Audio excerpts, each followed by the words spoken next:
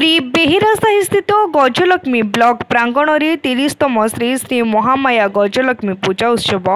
6 तारिख आयोजन कर 12 तारिख में विसर्जन कर गजलक्ष्मी पूजा उत्सव में पूर्वतन विधायक श्रीजुक्त जयंत कुमार षडंगी जोगदे गजलक्ष्मी क्लब्र उन्नति कामना करथिले। एही क्लब्र सभापति त्रिनाथ बेहेरा, उपसभापति बसंत बेहेरा, कोषाध्यक्ष कपिलास बेहेरा और परिचालना कमिटी सदस्य सठिया बेहेरा, विनोद बेहेरा, प्रभाकर बेहेरा, लिटन बेहेरा, सुकांत पट्टनायक, कवि बेहेरा, भरत जेना उपस्थित रही गजलक्ष्मी भसाणी यात्रा सुचे शेष करथिले। माँ आज बोधे भसाणी कार्यक्रम हम समस्ते माँ मैंने युवक मैंने टोका मैंने सब फिट अच्छा समस्त पूरा उत्साहित अच्छा ये पर्व में कहीं ना अनुष्ठान माँ को ना क्लब तेणु आम जो 1 नंबर वार्ड जो आम साई जब क्लब है गजलक्ष्मी से बसले ये गणेश पूजा होती माँ ठाकुर भी पूजा होती तेणु ये आम समस्त जोड़िया आम चाहूँ साई केमी शांति रही केमी लक्ष्मी समस्त घर घर जी साई भाईचारा रमत मिसिक एक आम साई के विकास करवा। लुटन बेहेरा आम क्लब कैबिनेट मेंबर आमर सभापति अच्छा त्रिनाथ बेहेरा, सेक्रेटरी सठिया बेहेरा आउ परिचालना कमिटी विनोद बेहेरा आमर उपसभापति अच्छा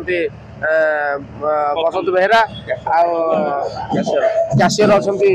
बगुआ बेहेरा, कपिलास बेहेरा परिचालना कमिटी मेंबर आज को प्राय 30 वर्ष है पूजा अनुष्ठित होती। आज को 30तम पूजा दिवस बहुत शांति श्रृंखला सहित पूजा आरंभर आमर होती आगू के हम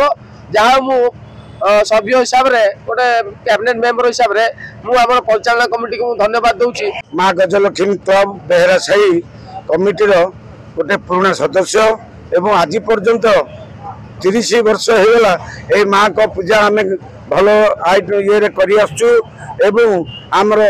बहुत पूर्वतन मेंबर सभापति थिले एवं वर्तमान जो त्रिनाथ बेहेरा आनुकूल्य से आज आमर 30 वर्ष भीतर जी काम कार्य करें